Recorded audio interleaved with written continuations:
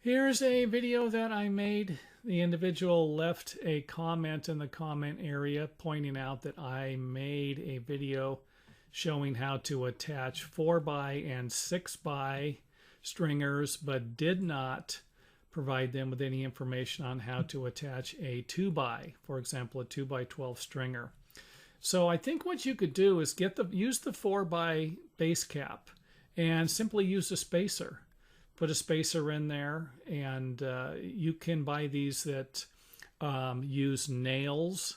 You can use screws, I would imagine, for this, but they also sell them where you can use bolts, and that might actually be the best scenario to drill through your spacer block and use a bolt. So when you're picking out your base hardware, you might want to go with the ones with the bolt. I would anyway.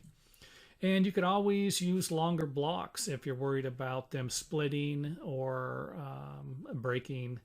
You know, the longer one is going to be a little better than a smaller one. So drilling a hole through it might not be a big deal, but if you start nailing into these, you could end up splitting the wood.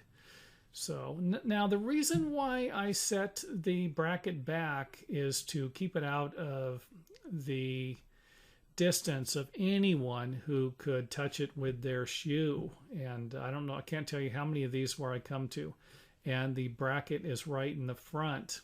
And I'm not saying this, you're going to trip on this all the time, but I have caught my feet on them before and would rather have them back as far as I possibly could. Now, for those of you who do not like the way it's going to look, you can always install some type of risers in front of them.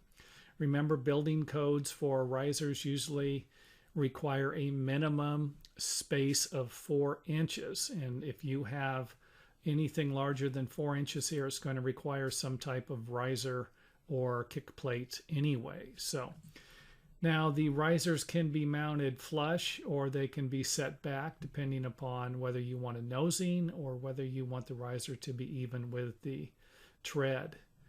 And my friends, that is the end of this video.